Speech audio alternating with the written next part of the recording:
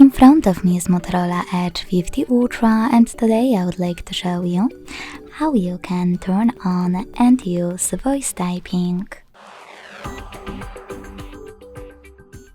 You need to begin by launching your keyboard.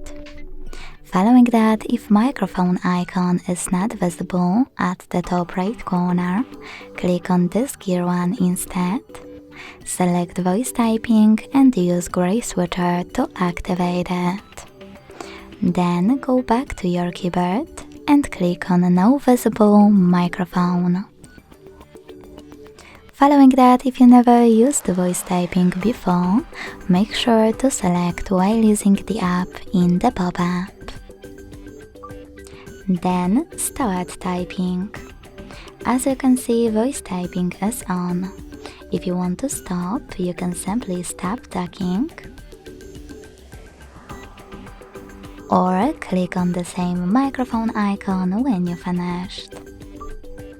Thanks so much for watching. If you enjoyed this video, don't forget to leave a like, comment and subscribe.